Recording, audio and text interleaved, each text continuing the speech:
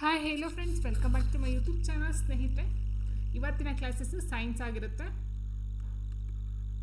Science ವಿಜ್ಞಾನಕ್ಕೆ ಸಂಬಂಧಪಟ್ಟಂಥ ಪ್ರಮುಖ ಪ್ರಶ್ನೋತ್ತರಗಳನ್ನು ನೋಡ್ತಾ ಹೋಗೋಣ. ಫಸ್ಟ್ ಕ್ವಶನ್ ಈ ರೀತಿ ಇದೆ: ವಾಯುಮಂಡಲದಲ್ಲಿ ಅತಿ ಹೆಚ್ಚಾಗಿ ದೊರೆಯುವ ಅನಿಲ ಯಾವುದು?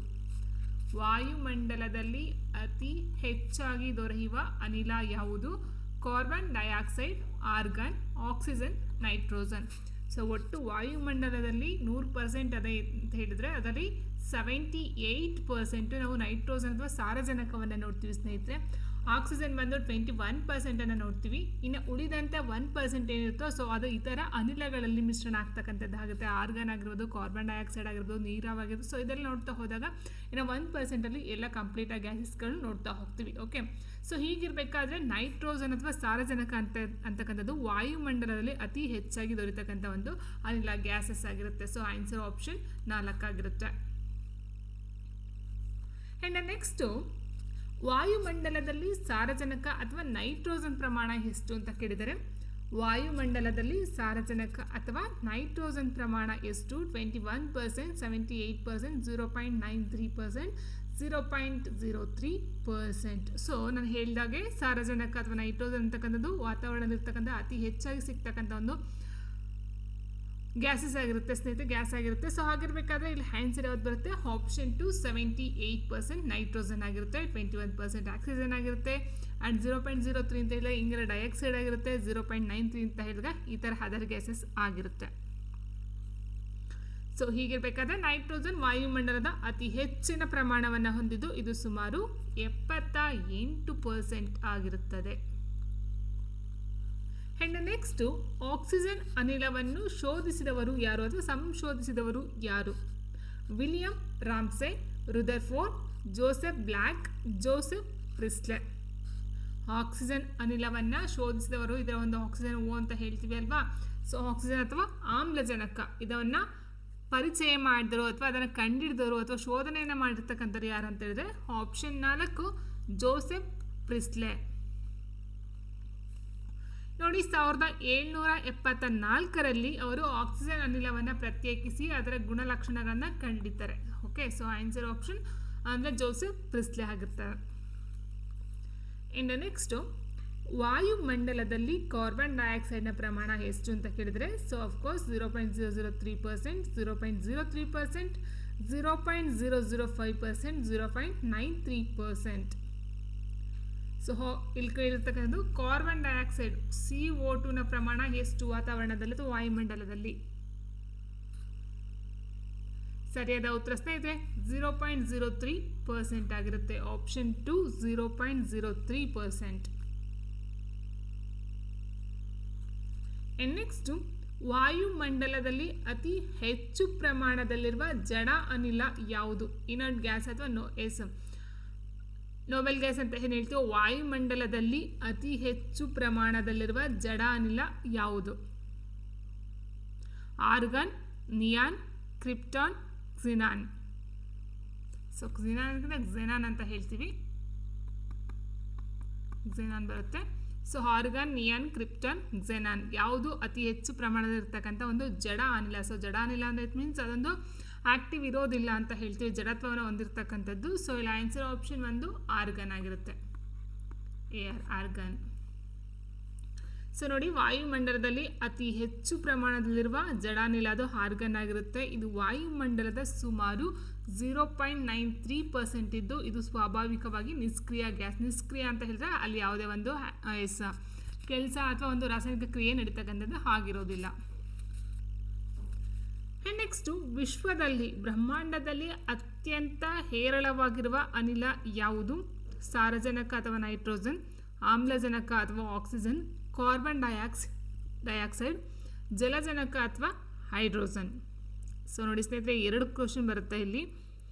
ಸೊ 2 ಆನ್ಸರ್ ನೋಡಿದ್ವಿ. ಒಂದು ಫಸ್ಟ್ ಏನು ನೋಡಿದ್ವಿ, ವಾಯುಮಂಡಲದಲ್ಲಿ ಅತಿ ಹೆಚ್ಚಾಗಿ ಸಿಗ್ತಕ್ಕಂಥ ಒಂದು ಅನಿಲ ಯಾವುದು ಅಂತ ಕೇಳಿದರು. ಸೊ ಅದು ಸಾರಜನಕ ಅಥವಾ ನೈಟ್ರೋಜನ್ ಅಂತ ಆಗಿತ್ತು. ಬಟ್ ವಿಶ್ವದಲ್ಲಿ ಅತ್ಯಂತ ಹೇರಳವಾಗಿರುವ ಅನಿಲ ಅಂತ ಹೇಳಿದ್ರೆ ಅದು ಆಮ್ಲಜನಕ ಅಥವಾ ಆಕ್ಸಿಜನ್ ಆಗಿರುತ್ತೆ. ಸೊ ಯಾಕೆ ಅಂತ ನೀವು ಕೇಳೋದಾದರೆ ನೋಡಿ, ಇಲ್ಲಿ ವಿಶ್ವದಲ್ಲಿ ಅತ್ಯಂತ ಹೇರಳವಾಗಿರ್ತಕ್ಕಂಥ ಅನಿಲ ಹೈಡ್ರೋಜನ್ ಆಗಿರುತ್ತೆ. ಹೈಡ್ರೋಜನ್ ಇದು ವಿಶ್ವದ ಒಟ್ಟು ದ್ರವ್ಯರಾಶಿಯ ಸುಮಾರು 75% ಇರ್ತಕ್ಕಂಥದ್ದಾಗಿದೆ. ಸೂರ್ಯ ಮತ್ತು ಇತರ ನಕ್ಷತ್ರಗಳು ಸಹ ಹೆಚ್ಚಾಗಿ ಈ ಅನಿಲದಿಂದಲೇ ರೂಪುಗೊಂಡಿರ್ತಕ್ಕಂಥದ್ದಾಗಿದೆ. ಓಕೆ, ಸೊ ಇನ್ನು ಎರಡನೇ ಸ್ಥಾನದಲ್ಲಿ ನೋಡ್ತಾ ಹೋದಾಗ ಹೈಡ್ರೋಜನ್ ನಂತರ ಸ್ಥಾನದಲ್ಲಿ ಹೀಲಿಯಂ ಅತಿ ಹೆಚ್ಚು ಹೇರಳವಾಗಿರ್ತಕ್ಕಂಥ ಒಂದು ಅನಿಲವಾಗಿರುತ್ತೆ. ಸೊ ಇನ್ನು ಭೂಮಿಯ ವಾತಾವರಣಕ್ಕೆ ನಾವು ನೋಡ್ತಾ ಹೋದಾಗ ನೋಡಿ, ಇಲ್ಲಿ ಸಾರಜನಕ ಅಥವಾ ನೈಟ್ರೋಜನ್ ಅತಿ ಹೆಚ್ಚು ಅಂದರೆ 78% ಇರ್ತಕ್ಕಂಥದ್ದು ಆಗಿದೆ. ಸೊ ಇಲ್ಲಿ ಎರಡು ಕ್ವಶನ್ ಕನ್ಫ್ಯೂಸ್ ಆಗಬೇಡ್ರಿ. ಭೂಮಿಯ ವಾತಾವರಣ ವಾಯುಮಂಡಲಕ್ಕೆ ನೋಡ್ತಾ ಹೋದಾಗ ಸಾರಜನಕ ಅತ್ಯಂತ ಹೆಚ್ಚು ಸಿಗ್ತಕ್ಕಂಥದ್ದು. ಸೊ ವಿಶ್ವದಲ್ಲಿ ಅತ್ಯಂತ ಹೇರಳವಾಗಿ ಸಿಗ್ತಕ್ಕಂಥ ಅನಿಲ ಅಂತ ಹೇಳಿದ್ರೆ ಅದು ಹೈಡ್ರೋಜನ್ ಆಗಿರುತ್ತೆ, ಹೈಡ್ರೋಜನ್ ಆಮ್ಲಜನಕ. ನೆಕ್ಸ್ಟ್, ವಾಯುಮಂಡಲದ ಅತ್ಯಂತ ಹಗುರವಾದ ಅನಿಲ ಯಾವುದು? Carbon dioxide, helium, hydrogen, ozone. ವಾಯುಮಂಡಲದಲ್ಲಿ ಅತ್ಯಂತ ಹಗುರವಾದ ಅನಿಲ ಯಾವುದು? ಸೊ ನೋಡಿ ಸ್ನೇಹಿತರೆ, ಆಪ್ಷನ್ 3 ಹೈಡ್ರೋಜನ್ ಅಂತಕ್ಕಂಥದ್ದು ಏನಿದೆಯೋ ಸೊ ಇದು ಅತ್ಯಂತ ಹಗುರವಾದ ಅನಿಲ ಆಗಿರುತ್ತೆ. ಹೀಲಿಯಂ ಬಂದು ಹೈಡ್ರೋಜನ್ಗಿಂತ ಭಾರವಾದರೂ ಗಾಳಿಗಿಂತ ಹಗುರವಾದ ಅನಿಲ. ಅಂದರೆ ಹೈಡ್ರೋಜನ್ಗಿಂತ ಸ್ವಲ್ಪ ಜಾಸ್ತಿ ಭಾರ ಇದೆ ಅಂತ ಹೇಳಬಹುದಾಗಿರುತ್ತೆ. ಅಂದರೆ ಇಟ್ ಮೀನ್ಸ್ ಅತ್ಯಂತ ಹಗುರ ಹೈಡ್ರೋಜನ್ ಆಯಿತು. ಎರಡನೇ ಸ್ಥಾನದಲ್ಲಿ ಹೀಲಿಯಂ ನೋಡ್ತಾ ಹೋಗ್ತೀವಿ ಸ್ನೇಹಿತರೆ. ಆ್ಯಂಡ್ ಓಝೋನ್ ಬಂದು ಇದು ಭೂಮಿಯ ಮೇಲ್ಮೈಯಲ್ಲಿ ಆಮ್ಲಜನಕದ ರೂಪದಲ್ಲಿರ್ತಕ್ಕಂಥ ಒಂದು ಅನಿಲ ಆಗಿರುತ್ತೆ. ಇನ್ನು ಕೊಟ್ಟಿರ್ತಕ್ಕಂಥ ಆಪ್ಷನ್ ನೋಡ್ತಾ ಹೋದಾಗ ಸ್ನೇಹಿತರಲ್ಲಿ ಸೊ ಕಾರ್ಬನ್ ಡೈಆಕ್ಸೈಡ್ CO2 ಬಂದು ಇದು ಗಾಳಿಗಿಂತ ತುಂಬ ಭಾರವಾದ ಅನಿಲ ಆಗಿರುತ್ತೆ. ಓಕೆ, ಸೊ ಹಾಗಾಗಿ ಇಲ್ಲಿ ಹೈಡ್ರೋಜನ್ ಅಂತಕ್ಕಂಥದ್ದು ಅತ್ಯಂತ ಹಗುರವಾದ ಒಂದು ಅನಿಲ. ಇನ್ನು ನೆಕ್ಸ್ಟ್, ಈ ಕೆಳಗಿನ ಜೋಡಿಗಳಲ್ಲಿ ಯಾವುದು ತಪ್ಪಾಗಿದೆ? ಆಕ್ಸಿಜನ್ O2 ಕೊಟ್ಟಿದ್ದಾರೆ. So carbon dioxide CO2, carbon monoxide CO, ozone O3. So ನೋಡಿ ಇಲ್ಲಿ ಸ್ನೇಹಿತರೆ, ಆಕ್ಸಿಜನ್ ಬಂದು O ಬರುತ್ತೆ, carbon dioxide CO2. Okay, so ಮೇಲ್ಗಡೆ ಇದೆ, ಇದು ಕೆಳಗಡೆ ಬರಬೇಕಿತ್ತು CO. ಓಕೆ, ಸೊ ಇಲ್ಲಿ ಕಾರ್ಬನ್ ಮಾನಾಕ್ಸೈಡ್ ಅಂತ ಹೇಳಿದ್ರೆ CO ಬರುತ್ತೆ. ಬಟ್ ಓಝೋನ್ ಅಂತಕ್ಕಂಥದ್ದು ಇದೆಯೋ O3 ಬರಬೇಕು. ಓಝೋನ್ O3 ಆಗಿರುತ್ತೆ. ಆ್ಯಂಡ್ ಆಕ್ಸಿಜನ್ ಅಷ್ಟೇ O ಬರುತ್ತೆ ಸ್ನೇಹಿತರೆ, O. ಸೊ ಆಕ್ಸಿಜನ್ O ಆಗಿರುತ್ತೆ. ಇಲ್ಲಿ ಓಝೋನ್ O3 ಮೇಯ್ನಾಗಿ ನಾವು ಇಲ್ಲಿ ಆಪ್ಷನ್ 4 ತಪ್ಪಾಗಿರ್ತಕ್ಕಂಥದ್ದು ಆಗಿರುತ್ತೆ. ಯಾಕಂತಂದರೆ ಓಝೋನ್ ಬಂದು O3 O ಆಗಿರೋದಿಲ್ಲ. ನೆಕ್ಸ್ಟು, ಕೆಳಗಿನಲ್ಲಿ ಯಾವುದು ಜಡ ಅನಿಲಗಳು ಅಥವಾ ಉದಾತ್ತ ಅನಿಲ ಅಥವಾ ನೋಬೆಲ್ ಗ್ಯಾಸ್ ಅಲ್ಲ ಅಂತ ಕೇಳಿದ್ದಾರೆ. ಫಸ್ಟ್ ಕ್ವಶನ್ ಅರ್ಥ ಮಾಡ್ಕೊಳ್ಳಿ. ಇಲ್ಲಿ ಅಲ್ಲ, ಜಡ ಅನಿಲ ಅಥವಾ ಉದಾತ್ತ ಅನಿಲ ಅಥವಾ ನೋಬೆಲ್ ಗ್ಯಾಸ್ ಅಂತ ಏನು ಹೇಳ್ತೀವೋ ಅದು ಈ ಕೊಟ್ಟಿರ್ತಕ್ಕಂಥ 4 ಆಪ್ಷನಲ್ಲಿ ಯಾವುದು ಆಗಿರುವುದಿಲ್ಲ. Argon, helium, neon, methane. So ಕೊಟ್ಟಿರ್ತಕ್ಕಂಥದ್ದಲ್ಲಿ ಮೀಥೇನ್ ಬಂದು ಜಡ ಅನಿಲ ಆಗಿರೋದಿಲ್ಲ ಸ್ನೇಹಿತರೆ. ಸೊ ಆಪ್ಷನ್ 4 ಮೀಥೇನ್ ಆಗಿರುತ್ತೆ. ಸೊ CH4 ಅಂತ ಏನು ಹೇಳ್ತೀವೋ ಸೊ ಅದು ಕೆಲವೊಂದು ರಾಸಾಯನಿಕ ಕ್ರಿಯೆಗಳಿಂದ ನಡೀತಕ್ಕಂಥದ್ದು ಆಗಿರುತ್ತೆ. ಬಟ್ ಇದೊಂದು ಜಡ ಅನಿಲ ಆಗಿರೋದಿಲ್ಲ. ನೋಡಿ, ಆವರ್ತಕ ಕೋಷ್ಟಕದಲ್ಲಿ 18ನೇ ಗುಂಪಿನ ರಾಸಾಯನಿಕ ಧಾತುಗಳು ನೋಬೆಲ್ ಗ್ಯಾಸ್ ಅಂತ ಹೇಳ್ತೀವಿ. ಅಂದರೆ ಈ ರೀತಿ ಏನು ಹೋಗ್ತವೋ 1, 2, 3 ಸೊ ಈ ರೀತಿ 4, 5 ಈ ರೀತಿ ಹೋಗಿ ಲಾಸ್ಟಲ್ಲಿ 18ನಲ್ಲಿ ಲಾಸ್ಟಲ್ಲಿ ಬರುತ್ತೆ ಸ್ನೇಹಿತರೆ. ಸೊ ಆ ಒಂದು ಗುಂಪು ಓಕೆ ಲಂಬ ಸಾಲಲ್ಲಿ ಬರ್ತಕ್ಕಂಥ ಲಾಸ್ಟ್ ಫೈನಲ್ ಆಗಿ ಬರುತ್ತೆ. ಸೊ ಅದನ್ನು ನಾವು ಈ ಒಂದು ನೋಬೆಲ್ ಗ್ಯಾಸ್ ಅಥವಾ ಜಡಾನಿಲಗಳಂತ ಕರಿತಾ ಹೋಗ್ತೀವಿ. ಸೊ ಇವುಗಳಿಗೆ ಯಾವುದೇ ಒಂದು ಬಣ್ಣ ಇರೋದಿಲ್ಲ, ವಾಸನೆ ಇರೋದಿಲ್ಲ ಮತ್ತು ಇತರ ಧಾತುಗಳೊಂದಿಗೆ ಸುಲಭವಾಗಿ ಇಟ್ ಮೀನ್ಸ್ ರಿಯಾಕ್ಟ್ ಆಗೋದಿಲ್ಲ. ಸೊ ಹಾಗಾಗಿ ಅದನ್ನು ಜಡಾನಿಲ ಅಂತ ನಾವು ಕರಿತಾ ಹೋಗ್ತೀವಿ. ಸೊ ಪ್ರಮುಖವಾಗಿ ನೋಡ್ತಾ ಹೋದಾಗ helium, neon, argon, krypton, xenon, radon ಅಂತ ನೋಡ್ತಾ ಹೋಗ್ತೀವಿ. ಸೊ ಇದೆಲ್ಲ ನಾವು ನೋಬೆಲ್ ಗ್ಯಾಸಲ್ಲಿ ನೋಡ್ತಕ್ಕಂಥದ್ದು. ಆ್ಯಂಡ್ ನೆಕ್ಸ್ಟು, ಹವಾಮಾನ ಪರಿಸ್ಥಿತಿಯನ್ನು ವೈಜ್ಞಾನಿಕವಾಗಿ ಅಧ್ಯಯನ ಮಾಡುವ ಶಾಸ್ತ್ರ ಯಾವುದು? ಹವಾಮಾನ ಪರಿಸ್ಥಿತಿಯನ್ನು ವೈಜ್ಞಾನಿಕವಾಗಿ ಅಧ್ಯಯನ ಮಾಡುವ ಶಾಸ್ತ್ರ ಯಾವುದು? Climatology, metrology, seismology and philology. Okay, so philology or philology. So ಇಲ್ಲಿ ನೋಡ್ತಾ ಹೋದಾಗ ಹವಾಮಾನ ಪರಿಸ್ಥಿತಿಯನ್ನು ವೈಜ್ಞಾನಿಕವಾಗಿ ಅಧ್ಯಯನ ಮಾಡುವಂಥ ಶಾಸ್ತ್ರ ಬಂದು ಮೆಟ್ರಾಲಜಿ ಆಗಿರುತ್ತೆ, ಆಪ್ಷನ್ 2.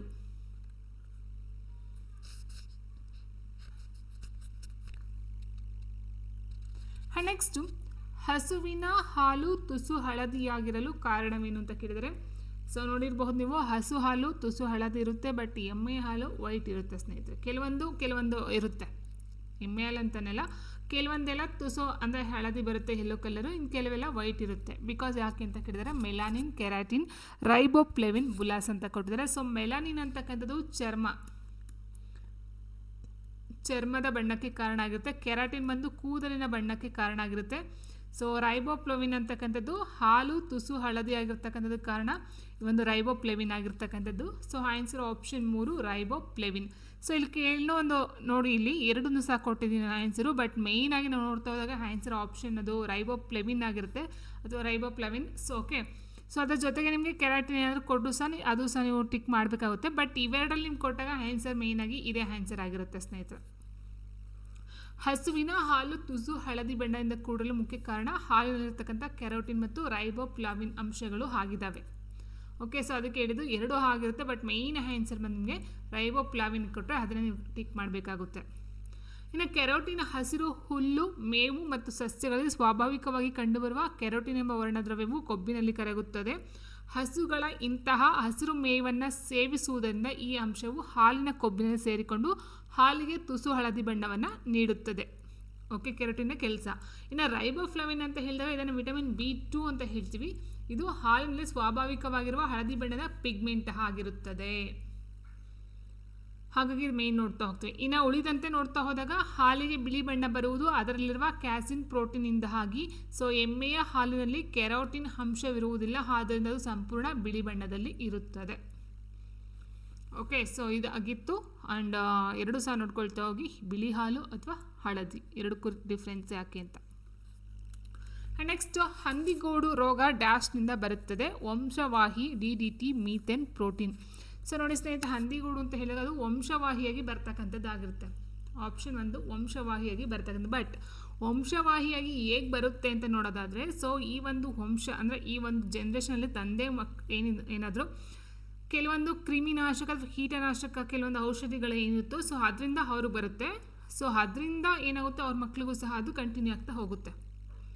ಅರ್ಥ ಮಾಡ್ಕೊಳ್ಳಿ. ಸೊ ವಂಶವಾಹಿಯಾಗಿ ಬಂದರು. ಸೊ ಆ ವಂಶವಾಹಿಲಿ ಫಸ್ಟ್ ಯಾಕೆ ಬರುತ್ತೆ ಅಂತ ಹೇಳಿದ್ರೆ, ಕೆಲವೊಂದು ಕೆಮಿಕಲ್ನ ಅವ್ರು ತೊಗೊಂಡಾಗ. ಓಕೆ, ಸೊ ಅಲ್ಲಿ ನೋಡಿ ಕೊಟ್ಟಿದ್ದಾರೆ, ಎಂಡೋಸಲ್ಫಾನ್ ಅಂತಕ್ಕಂಥ ಒಂದು ಕೆಮಿಕಲ್ ಬರುತ್ತೆ ಸ್ನೇಹಿತರೆ. ಸೊ ಅದರಿಂದ ವಂಶವಾಹಿ ಅಂದರೆ ಒಬ್ಬ ವ್ಯಕ್ತಿಗೆ ಬಂದರೆ ಆ ಒಂದು ವ್ಯಕ್ತಿಯಿಂದ ತನ್ನ ಮುಂದಿನ ಪೀಳಿಗೆಗೆ ಅದು ಟ್ರಾನ್ಸ್ಫರ್ ಆಗ್ತಾ ಹೋಗುತ್ತೆ. ಸೊ ಹಾಗೆ ಅದನ್ನು ವಂಶವಾಹಿ ಅಂತ ಹೇಳ್ತಾ ಹೋಗ್ತೀವಿ. ಇನ್ನು ಹಂದಿಗೂಡು ಸಿಂಡ್ರೋಮ್ ಅಥವಾ ಹಂದಿಗೂಡು ಅಂತಕ್ಕಂಥದ್ದು ಭಾರತ ಕರ್ನಾಟಕದ ರಾಜ್ಯದ ಮಲೆನಾಡು ಪ್ರದೇಶಗಳಲ್ಲಿ ಸ್ಥಳೀಯವಾಗಿ ಕಂಡುಬರ್ತಕ್ಕಂಥ ಒಂದು ಅಪರೂಪದ ಮತ್ತು ನೋವಿನಿಂದ ಕೂಡಿದ ಸಂಧಿವಾತದ ಕಾಯಿಲೆಯಾಗಿದೆ. ಸೊ ಹಂದಿಗೂಡು ಜಾಯಿಂಟು ಡಿಸೀಸ್ ಎಂದು ಕರೆಯಲ್ಪಡುವ ಇದು ಕರ್ನಾಟಕದ ಶಿವಮೊಗ್ಗ ಜಿಲ್ಲೆಯ ಸಾಗರ ತಾಲೂಕಿನ ಹಂದಿಗೂಡು ಎಂಬ ಹಳ್ಳಿಯಲ್ಲಿ ಪತ್ತೆಯಾದ್ದರಿಂದ ಇದಕ್ಕೆ ಈ ಒಂದು ಹೆಸರನ್ನು ಇಡಲಾಗಿದೆ.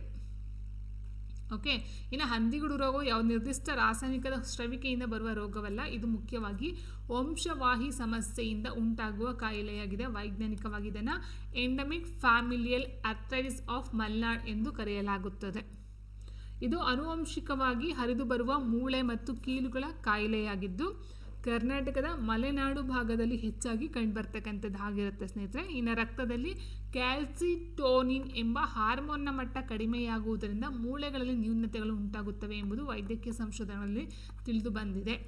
ಓಕೆ, ಸೊ ಮೇಯ್ನಾಗಿ ನೋಡ್ತಾ ಹೋದಾಗ ಇದು ವಂಶವಾಹಿ ಅಂತ ಏನು ಹೇಳಿದೆ ಅಂತಂದರೆ ಒಬ್ಬರಿಂದ ಒಬ್ರಿಗೆ ಬರುತ್ತೆ. ಬಟ್ ಕೆಲವೊಂದು ಕಡೆ ಈಗ ಇಲ್ಲಿ ಕಂಡಿದೆ ಅಂತಂದರೆ ಮೇಯ್ನ್ ಇದಂತ ಹೇಳಿದಾಗಲ್ಲಿ ಎಂಡೋಸಲ್ಫಾನ್ ಅಂತಕ್ಕಂಥ ಒಂದು ಔಷಧಿ ಎಲ್ಲದಕ್ಕೆ ಒಂದು ಕ್ರಿಮಿನಾಶಕ ಅಂತ ಏನು ಹೇಳ್ತೀವೋ, ಸೊ ರಾಸಾಯನಿಕ, ಸೊ ಅದು ಅಂತಲೂ ಹೇಳಬಹುದಾಗಿರುತ್ತೆ. ಆ್ಯಂಡ್ ಅತಿ ವೇಗದಲ್ಲಿ ಚಲಿಸುವ ಉಪಗ್ರಹ, ನಕ್ಷತ್ರ, ಗ್ರಹಗಳ ನಡುವಿನ ವೇಗವು ಯಾವ ಪರಿಣಾಮ ಉಪಯೋಗಿಸಿ ಗುರುತಿಸಬಹುದು? ಅತಿ ವೇಗದಲ್ಲಿ ಚಲಿಸುವ ಉಪಗ್ರಹ, ನಕ್ಷತ್ರ, ಗ್ರಹಗಳ ನಡುವಿನ ವೇಗವು ಯಾವ ಪರಿಣಾಮ ಉಪಯೋಗಿಸಿ ಗುರುತಿಸಬಹುದು? ನ್ಯೂಟನ್ನ ನಿಯಮ, ಡಾಪ್ಲರ್, ಕೆಲ್ವಿನ್, ಆರ್ಕಿಮಿಡಿಸ್ ತತ್ವ ಅಂತ ಕೊಟ್ಟಿದ್ದಾರೆ. ಸೊ ಇಲ್ಲಿ ಕೆಲ್ವಿನ್ ಅಂತ ಬರೋದಿಲ್ಲ, ನ್ಯೂಟನ್ ಅಂತ ಹೇಳಿದಾಗ ಆನ್ಸರ್ ಆಪ್ಷನ್ 2 ಡಾಪ್ಲರ್ ಆಗಿರುತ್ತೆ ಸ್ನೇಹಿತರೆ. ಸೊ ಆರ್ಕಿಮಿಡಿಸ್ನ ತತ್ವನೂ ಸಹ ಆಗಿರೋದಿಲ್ಲ. ನೋಡಿ, ಖಗೋಳಶಾಸ್ತ್ರಜ್ಞರು ಈ ಪರಿಣಾಮವನ್ನು ಬಳಸಿ ನಕ್ಷತ್ರಗಳ ಮತ್ತು ಗ್ರಹಗಳು ಭೂಮಿಯ ಕಡೆಗೆ ಬರುತ್ತಿವೆಯೋ ಅಥವಾ ದೂರ ಸರಿಯುತ್ತಿವೆಯೋ ಎಂಬುದನ್ನು ಅವುಗಳ ಬೆಳಕಿನ ತರಂಗಾಂತರದಲ್ಲಿ ಆಗುವ ಬದಲಾವಣೆಯನ್ನು ಗಮನಿಸಿ ಲೆಕ್ಕವನ್ನು ಹಾಕ್ತಕ್ಕಂಥದ್ದು ಇಲ್ಲಿ ಡಾಪ್ಲರ್ ನಿಯಮ ಆಗಿರುತ್ತೆ. ಇವುಗಳಲ್ಲಿ ಯಾವ ಒಂದು ಲೋಹವು ಸಾಮಾನ್ಯ ತಾಪದಲ್ಲಿ ದ್ರವ ರೂಪದಲ್ಲಿ ಇರುತ್ತದೆ? ಸೊ ಫಸ್ಟ್ ಕ್ವಶನ್ ಅರ್ಥ ಮಾಡ್ಕೊಳ್ಳಿ. ಲೋಹ ಎರಡು ನೋಡ್ಕೊಳ್ಬೇಕಾಗುತ್ತೆ ನೀವು. ಇವುಗಳಲ್ಲಿ ಯಾವ ಒಂದು ಲೋಹವು ಸಾಮಾನ್ಯ ತಾಪದಲ್ಲಿ ದ್ರವ ರೂಪದಲ್ಲಿ ಇರುತ್ತದೆ? ಪಾದರಸ, ಬ್ರೋಮಿನ್, ಅಯೋಡಿನ್, ಹೀಲಿಯಂ. ಸೊ ಸರಿಯಾದ ಉತ್ತರ ಸ್ನೇಹಿತರೆ ಆಪ್ಷನ್ 1 ಪಾದರಸ. ಸೊ ಪಾದರಸ ದ್ರವ ರೂಪದಲ್ಲಿರುತ್ತೆ. ಸೊ ಹಾಗಾಗಿ ನಾವು ಈ ಒಂದು ಥರ್ಮೋಮೀಟರ್ಗಳಲ್ಲಿ ನೋಡ್ತಾ ಹೋಗ್ತೀವಿ.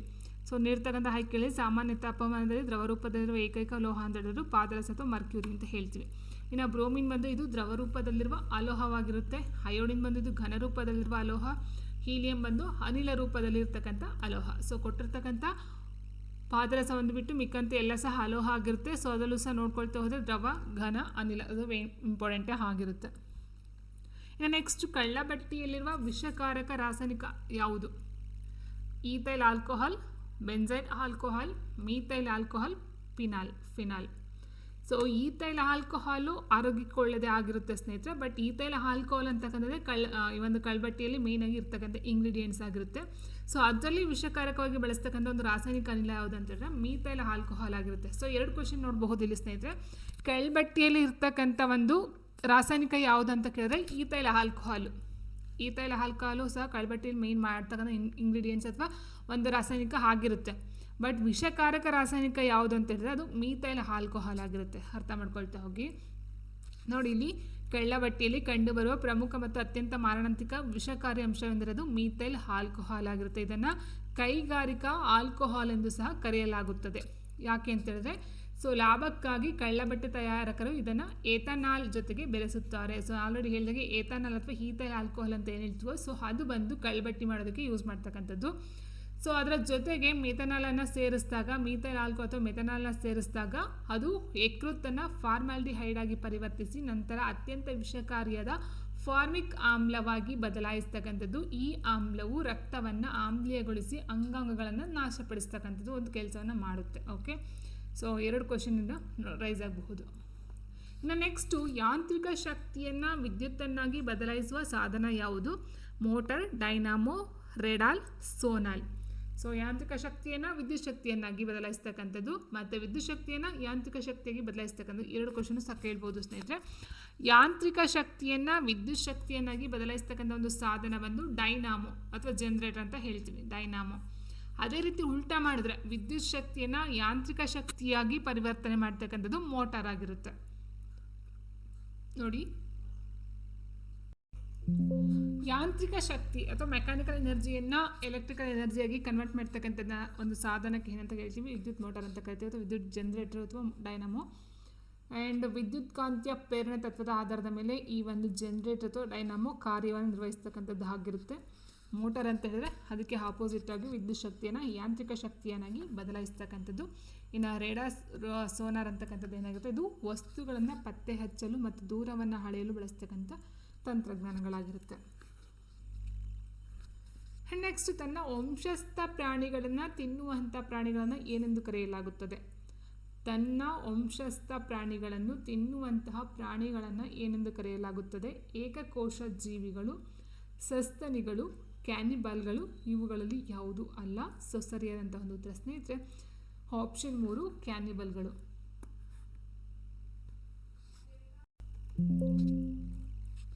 ಸೊ ನೋಡಿ, ಇಲ್ಲಿ ಕ್ಯಾನಿಬಲ್ ಅಂತ ಅಂದರೆ ಸ್ವಜಾತಿಯ ಜೀವಿಗಳನ್ನ ಅಥವಾ ಮುಖ್ಯವಾಗಿ ಮಾನವನ ಮಾಂಸವನ್ನು ತಿಂತಕ್ಕಂಥ ಒಂದು ಜೀವಿ ಅಂತ ಹೇಳಬಹುದಾಗುತ್ತೆ. ತನ್ನದೇ ಸಂತತಿಯ ಅಥವಾ ಜಾತಿಗೆ ಸೇರಿದ ಪ್ರಾಣಿಗಳನ್ನು ತಿನ್ನುವಂಥ ಪ್ರಾಣಿಗಳನ್ನು ನರಭಕ್ಷಕ ಅಥವಾ ಕ್ಯಾನಿಬಲ್ ಎಂದು ಕರೆಯಲಾಗುತ್ತದೆ. ಸೊ ತಮ್ಮ ಸ್ವಂತ ಮರಿಗಳನ್ನು ತಾವೇ ತಿನ್ನುವ ಪ್ರಾಣಿಗಳ ಈ ನಡವಳಿಕೆಗೆ ಫಿಲಿಯಲ್ ಕ್ಯಾನಿಬಲಿಸಮ್ ಎಂದು ಕರೆಯಲಾಗುತ್ತದೆ. ಇದಕ್ಕೆ ಸಂಬಂಧಪಟ್ಟಂತೆ ಹುಲಿ, ಸಿಂಹ, ಹ್ಯಾಮ್ಸ್ಟರ್ ಮತ್ತು ಕೆಲವು ಜಾತಿಯ ಶಾರ್ಕ್ಗಳಲ್ಲಿ ಈ ಗುಣವನ್ನು ಕಾಣಬಹುದು. ಸೊ ಇದು ಉದ್ದೇಶಪೂರ್ವಕವಾಗಿ ತಿಂದೇ ಇದ್ರೂ ಸಹ ಊಟಕ್ಕೆ ಆಹಾರ ಸಿಗದೇ ಇರ್ತಕ್ಕಂಥ ಒಂದು ಸಂದರ್ಭದಲ್ಲಿ ತಮ್ಮ ಮರಿಗಳನ್ನ ತಾವೇ ತಿಂತಕ್ಕಂಥದ್ದು ಸಹ ಹೇಳ್ಬಹುದಾಗಿರುತ್ತೆ. ನೆಕ್ಸ್ಟು, ನುಣುಪಾದ ಸ್ನಾಯುಗಳು ಈ ಕೆಳಕಂಡ ಯಾವುದರಲ್ಲಿ ಇರುತ್ತದೆ ಅಂತ ಕೇಳಿದರೆ, ನುಣುಪಾದ ಸ್ನಾಯುಗಳು ಈ ಕೆಳಕಂಡ ಯಾವುದರಲ್ಲಿ ಇರುತ್ತದೆ? ರಕ್ತನಾಳ, ಚರ್ಮ, ಕರುಳು, ಅಂಗಾಲು. ಸರಿಯಾದಂಥ ಒಂದು ಉತ್ತರ ಸ್ನೇಹಿತರೆ ಆಪ್ಷನ್ 1 ರಕ್ತನಾಳ ಆಗಿರುತ್ತೆ. ಇದರ ಜೊತೆ ನೋಡ್ತಾ ಹೋದಾಗ ಈ ಒಂದು ಮುಖ್ಯವಾಗಿ ಮಾನವ ದೇಹದ ಆಂತರಿಕ ಮತ್ತು ಟೊಳ್ಳಾದ ಅಂಗಗಳ ಗೋಡೆಗಳಲ್ಲಿ ಕಂಡು ಬರ್ತಕ್ಕಂಥದ್ದು ಆಗಿರುತ್ತೆ. ಇವು ಅನೈಚ್ಛಿಕ ಸ್ನಾಯುಗಳಾಗಿದ್ದು ಅಂದರೆ ಇವು ನಮ್ಮ ಸ್ವಂತ ನಿಯಂತ್ರಣದಲ್ಲಿ ಇರುವುದಿಲ್ಲ. ಎಲ್ಲೆಲ್ಲಿ ಕಂಡುಬರುತ್ತೆ ಅಂತ ನೋಡೋದಾದರೆ ಜೀರ್ಣಾಂಗ ವ್ಯವಸ್ಥೆಯಲ್ಲಿ ಹೊಟ್ಟೆ, ಕರುಳು ಮತ್ತು ಅನ್ನನಾಳದಲ್ಲಿ ಕಂಡುಬರುತ್ತೆ. ರಕ್ತನಾಳಗಳಲ್ಲಿ ಕಂಡುಬರುತ್ತೆ. ಅಪಧಮನಿಗಳು ಮತ್ತು ಸಿರಗಳು, ವೈನ್ಸ್ ಅಂತ ಏನು ಹೇಳ್ತೀವೋ ಸೊ ಅಲ್ಲಿ ಕಂಡುಬರ್ತಕ್ಕಂಥದ್ದು. ಆ್ಯಂಡ್ ಉಸಿರಾಟದ ವ್ಯವಸ್ಥೆ, ಶ್ವಾಸಕೋಶದ ಸಣ್ಣ ಗಾಳಿ ಕೊಳವೆಗಳನ್ನು ಏನು ಬರುತ್ತೋ ಸೊ ಅದ್ರಲ್ಲಿ ಕಂಡುಬರ್ತಕ್ಕಂಥದ್ದಾಗಿರುತ್ತೆ. ಇನ್ನು ಮೂತ್ರನಾಳ ಮತ್ತು ವಿಸರ್ಜನಾಂಗಗಳಲ್ಲಿ ಕಂಡುಬರುತ್ತೆ. ಆ್ಯಂಡ್ ಗರ್ಭಕೋಶದಲ್ಲಿ ಕಂಡುಬರ್ತಕ್ಕಂಥದ್ದು. ಸೊ ಕಣ್ಣಿನ ಪಾಪೆ ಮತ್ತು ಮಸೂರದ ಆಕಾರದ ಬದಲಾಯಿಸುವ ಸ್ನಾಯುಗಳಲ್ಲಿ ಈ ಒಂದು ನುಣುಪಾದ ಸ್ನಾಯುಗಳು ಕಂಡುಬರ್ತಕ್ಕಂಥದ್ದು ಆಗಿರುತ್ತೆ. ನೆಕ್ಸ್ಟು ಪೋಲಿಯೋ ರೋಗವು ಸಾಮಾನ್ಯವಾಗಿ ಯಾವ ಅಂಗದ ದೋಷವಾಗಿರುತ್ತದೆ? ರಕ್ತನಾಳ, ಮೂಳೆ, ನರ, ಯಕೃತ್. ಪೋಲಿಯೋ ಅಥವಾ ಪಾರ್ಶ್ವವಾಯು ಅಂತ ಹೇಳ್ತೀವಿ ಸ್ನೇಹಿತರೆ, ಅಥವಾ ಪ್ಯಾರಾಲಿಸಿಸ್ ಅಂತಲೇ ಹೇಳ್ತೀವಿ, ಸ್ಟ್ರೋಕ್ ಅಂತ ಹೇಳ್ತೀವಿ. ಸೊ ಇಷ್ಟೆಲ್ಲ ಪದಗಳು ನೋಡ್ತಾ ಹೋಗ್ತೀವಿ. ಪೋಲಿಯೋ ರೋಗವು ಸಾಮಾನ್ಯವಾಗಿ ನರ, ಆಪ್ಷನ್ 3 ನರ್ವಸ್ ಸಿಸ್ಟಮ್ ಅಂತ ಏನು ಹೇಳ್ತೀವೋ ಸೊ ಅದ್ರ ಮೇಲೆ ತನ್ನ ಒಂದು ದೋಷ ಇಟ್ ಮೀನ್ಸ್ ಡಿಫೆಕ್ಟ್ ಆಗ್ತಕ್ಕಂಥದ್ದು ಆಗಿರುತ್ತೆ. ಸೊ ಪೋಲಿಯೋ ಮೈಲಿಟಿಸ್ ಅಂತಕ್ಕಂಥ ಒಂದು ವೈರಸ್ನಿಂದ ಹರಡ್ತಕ್ಕಂಥದ್ದು. ಸೊ ಇದೊಂದು ಜ್ವರ ಥರದ ರೋಗ ಲಕ್ಷಣಗಳು, ಮೆದುಳಿನ ಉರಿಯೂತ ಮತ್ತು ಪಾರ್ಶ್ವವಾಯು ಉಂಟು ಮಾಡ್ತಕ್ಕಂಥ ಒಂದು ಕಾಯಿಲೆಯಾಗಿದ್ದು ಇದು ವೈರಸ್ನಿಂದ ಬರ್ತಕ್ಕಂಥದ್ದು ಆಗಿರುತ್ತೆ. ಓಕೆ, ಸೊ ಪೋಲಿಯೋ ಮೈಲಿಟಿಸ್ ವೈರಸ್ ಆಗಿರುತ್ತೆ. ಲಾಸ್ಟ್ ಕ್ವೆಶನ್, ವಿದ್ಯುತ್ ಕೆಲಸಗಾರರು ಬಳಸುವ ಬೆಸುಗೆ ವಸ್ತುವು ಇದರ ಮಿಶ್ರಲೋಹವಾಗಿರುತ್ತೆ. ತವರ, ತಾಮ್ರ, ಸತು, ಆಂಟಿಮನಿ. ಬೆಸುಗೆ ಅಂತಕ್ಕಂಥದ್ದು ತವರ ಪ್ಲಸ್ PB ಲೆಡ್ ಅಂತ ಏನು ಹೇಳ್ತೀವೋ ಸೊ ಅದರ ಒಂದು ಮಿಶ್ರಲೋಹ ಆಗಿರುತ್ತೆ ಸ್ನೇಹಿತರೆ. ಸೊ ತವರ, ಟಿನ್ ಆ್ಯಂಡ್ ಸೀಸ ಲೆಡ್ ಅಂತ ಹೇಳ್ತೀವಿ. ಸೊ ಇವುಗಳ ಮಿಶ್ರಣ ಲೋಹ ಆಗಿರುತ್ತೆ. ಸೊ ಬಿಕಾಸ್ ಯಾಕಂತ ಹೇಳಿದ್ರೆ ವಿದ್ಯುತ್ ಉಪಕರಣಗಳು ಶಾಖಕ್ಕೆ ಹಾಳಾಗದಂತೆ ತಡೆಯಲು ತವರ ಮತ್ತು ಸೀಸದ ಮಿಶ್ರಲೋಹವನ್ನು ಅತ್ಯಂತ ಸೂಕ್ತವಾಗಿದೆ. ಸೊ ಓಕೆ ಸ್ನೇಹಿತರೆ, ಸೊ ಇಷ್ಟು ಬಂದು ಸೈನ್ಸ್ಗೆ ಸಂಬಂಧಪಟ್ಟಂಥ ಪ್ರಶ್ನೋತ್ತರಗಳಾಗಿತ್ತು.